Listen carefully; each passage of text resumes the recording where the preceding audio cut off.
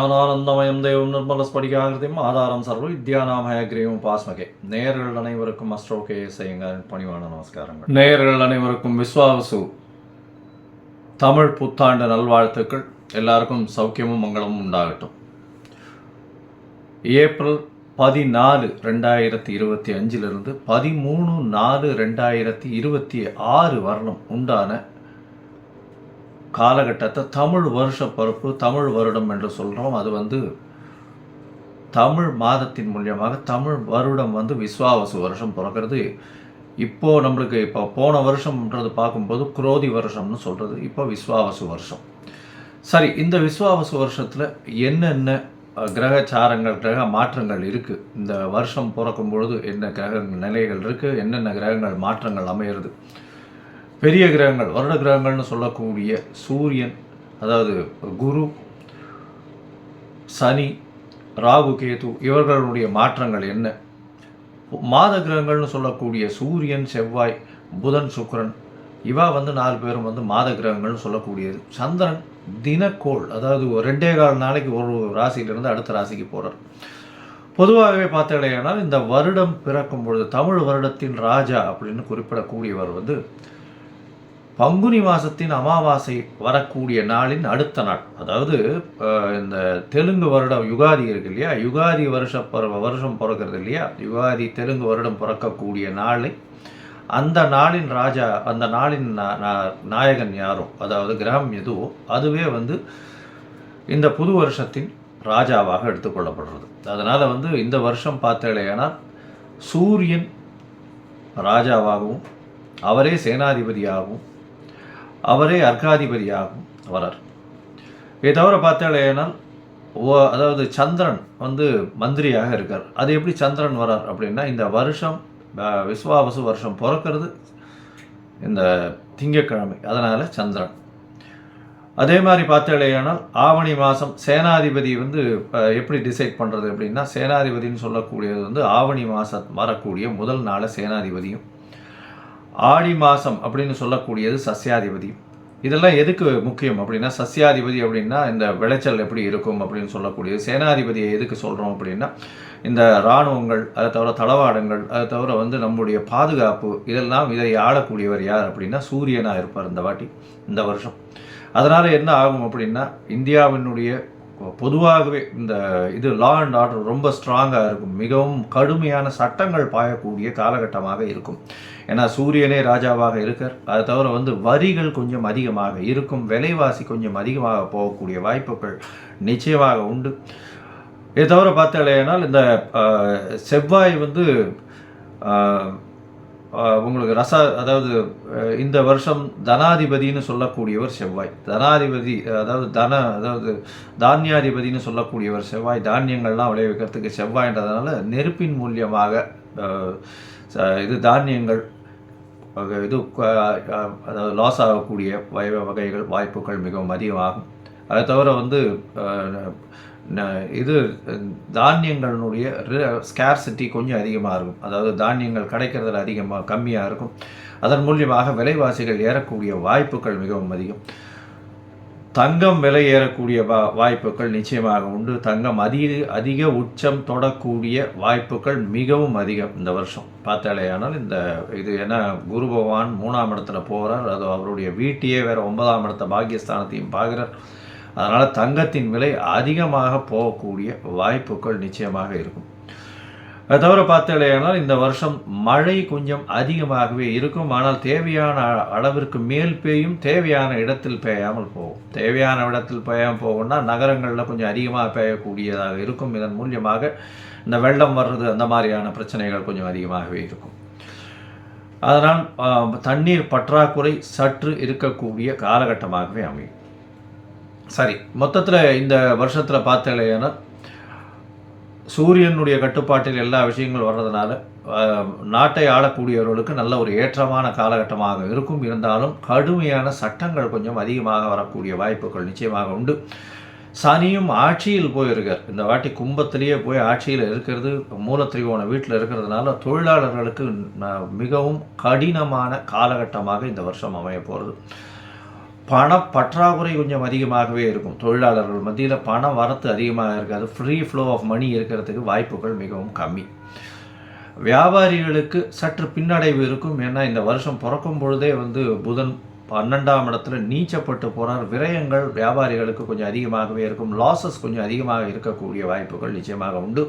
இருந்தாலும் நீச்ச பங்கம் அடைகிறார். அதாவது விட்டு வெளியில் போகிறதுனால நல்ல ஏற்றங்கள் கிடைக்கக்கூடிய காலகட்டமாகவும் அமையும்.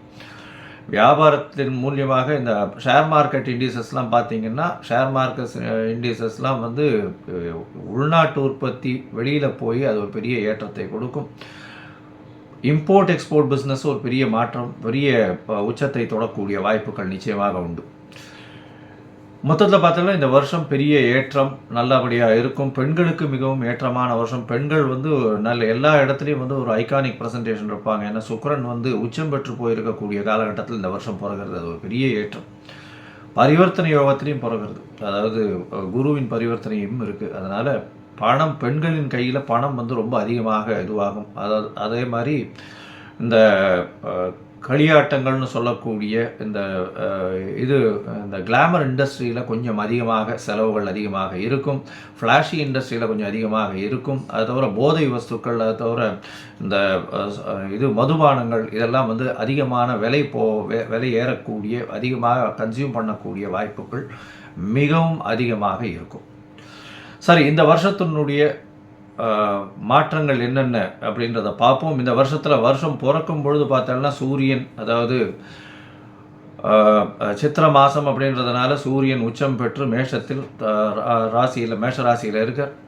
காலபுருஷ தத்துவத்தின் 2ஆம் ராசியில் வந்து குரு, 4ஆம் ராசியில் அதாவது கடகத்தில் செவ்வாய் நீச்சப்பட்டும், கேது 6ஆம் இடத்திலும், சனி ஆட்சி மூல திரிகோணத்தோடு வந்து கும்பத்திலையும்,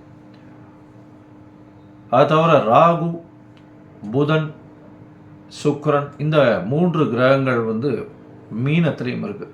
இந்த வருஷம் ஆரம்பிக்கும் பொழுது இந்த வருஷத்தின் வரக்கூடிய பெயர்ச்சிகள்னு பார்த்தோம்னா, முதல்ல வரக்கூடிய பெயர்ச்சி அப்படின்னா 26/4/2025 அன்னைக்கு ராகு கேது பெயர்றார். வாக்கிய பஞ்சாங்கம் பிரகாரம் ராகு பகவான் மீனத்திலிருந்து கும்பத்திலும், கேது கன்னியிலிருந்து சிம்மத்திலையும் வரார். இந்த வருஷம் பார்த்தாலேயானால் குரு பெயர்ச்சி வருது. குரு 11/5/2025 குரு தன்னுடைய ரிஷப ராசியிலிருந்து மிதுன ராசிக்கு போகிறார். அதாவது அவர் வந்து பரிவர்த்தனை யோகத்தில் இருந்தார். ரிஷப ராசியிலிருந்து மிதுன ராசிக்கு போகிறார் குரு.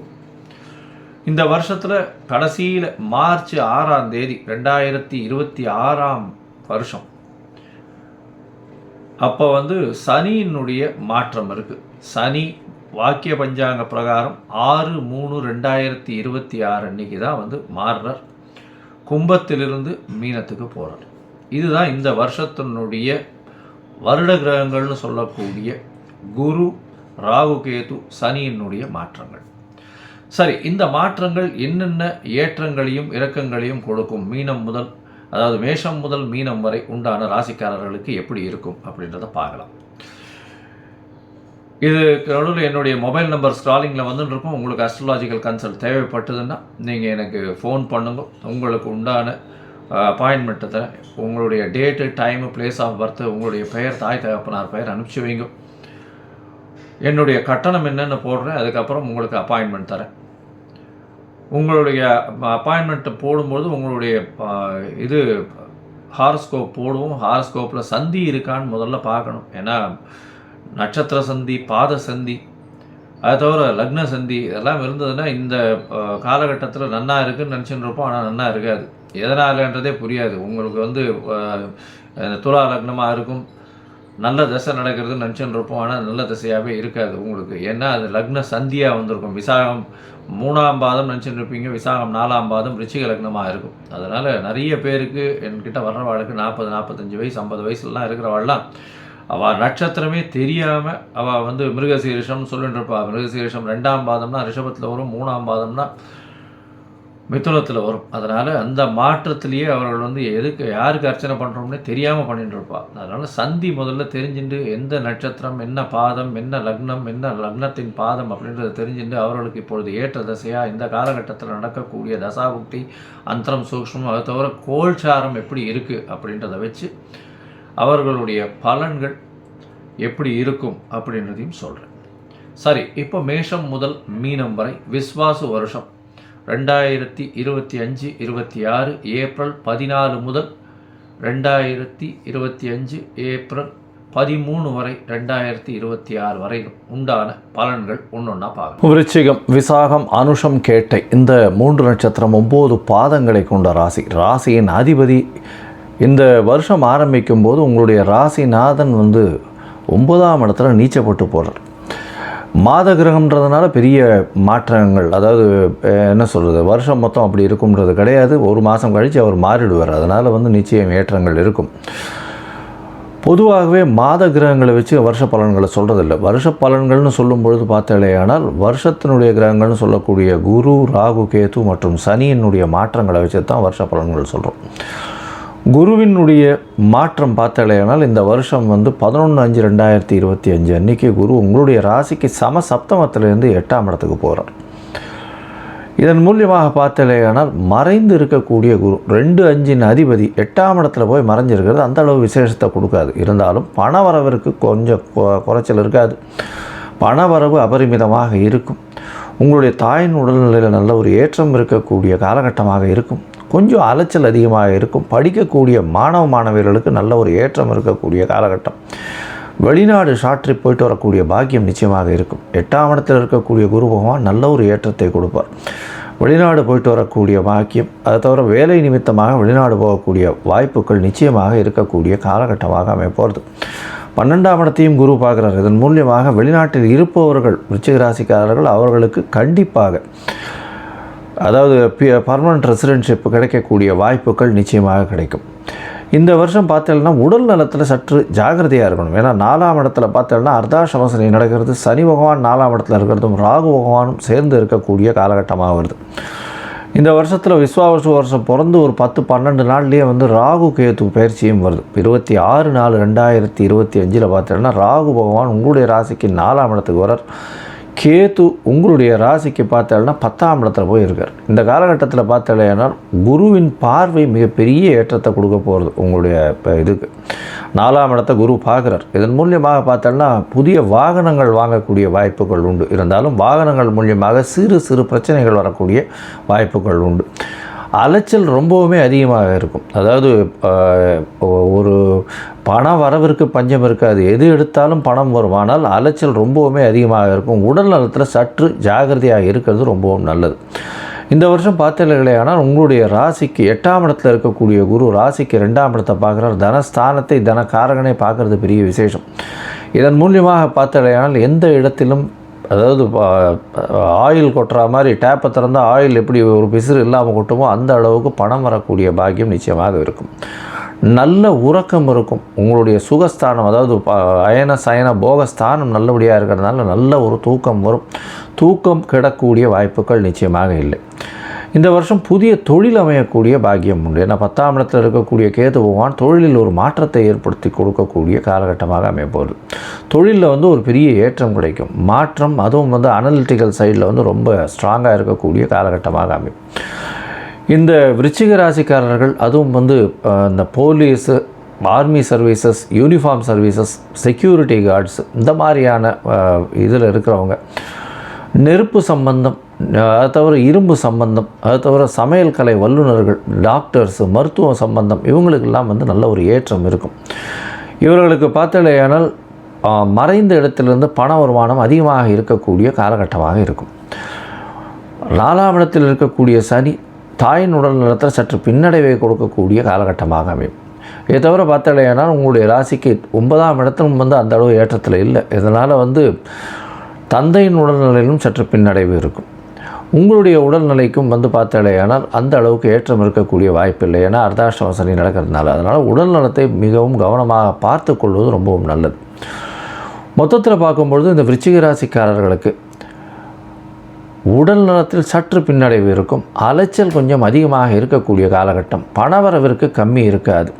உங்களுடைய ராசிக்கு வெளிநாடு, வெளியூர், வெளிமாநிலம் செல்லக்கூடிய பாக்கியம் நிச்சயமாக வரும். ஷார்ட் ட்ரிப் போயிட்டு வரக்கூடிய வாய்ப்பு. வெளிநாட்டில் இருக்கக்கூடியவர்களுக்கு, அதாவது பிஆர் கிடைக்கக்கூடிய, பர்மனன்ட் ரெசிடென்ஷிப் கிடைக்கக்கூடிய, க்ரீன் கார்டு கிடைக்கக்கூடிய யோகங்கள் நிச்சயமாக வரும்.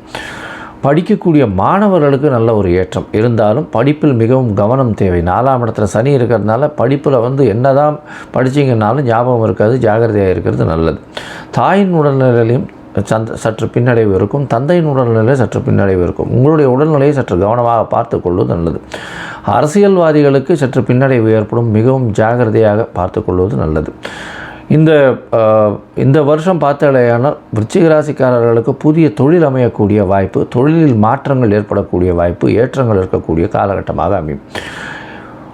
இதை தவிர பார்த்தாலேயானால் உங்களுடைய ராசிக்கு 7ஆம் இடம்னு சொல்லக்கூடிய, அதாவது சுக்கிரனுடைய ரிஷபம் வருது. அந்த 7ஆம் இடத்தில் இருக்கக்கூடியவர் இந்த வருஷம் பிறக்கும்பொழுது ஏற்றத்தில் இருந்தாலும் அவர் மாத கிரகம் பண்ணுறதுனால இந்த வருஷம் பார்த்தாலேயானால் உங்களுக்கு பார்ட்னர்ஷிப் தொழிலில் ஒரு நல்ல ஏற்றம் இருக்கும். அதாவது சுமூகமாக போகக்கூடிய வாய்ப்புகள் நிச்சயமாக உண்டு. பெரிய பின்னடைவு ஏற்படக்கூடிய வாய்ப்புகள் நிச்சயமாக இருக்காது. மொத்தத்தில் பார்த்தாலேயானால் இந்த விருச்சிக ராசிக்காரர்களுக்கு 80 விழுக்காடு பெரிய ஏற்றம் மாற்றமும் இந்த வருஷம் வந்து சேரும். இந்த வருஷத்தில் பார்த்தாலேயானால் நீங்கள் திருச்செந்தூர் கோவிலுக்கு ஒரு தரமாவது போயிட்டு வாங்க. ஏன்னா சுப்பிரமணிய பெருமானை இந்த செவ்வாயினுடைய அதிபதினு சொல்லுவாள். அதனால் இந்த விருச்சிகம் மேஷத்திற்கு அதிபதியான செவ்வாயினுடைய கடவுளாக சுப்பிரமணியன் சொல்கிறது. அதனால் திருச்செந்தூர் போயிட்டு வர்றதும் அங்கே கடலில் குளித்து விட்டு போயிட்டு வணங்கிட்டு வர்றதும் உங்களுக்கு இந்த வருஷத்தை மிகப்பெரிய ஏற்றமான வருஷமாக கொடுக்கும். லோகா சமஸ்தா சுகினோ பவந்து. நன்றி, நமஸ்காரம். Astro KS Iyengar YouTube channel பார்த்தமைக்கு நன்றிகள்.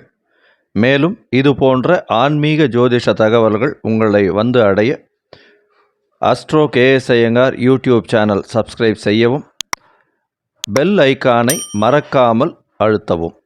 நன்றி, வணக்கம்.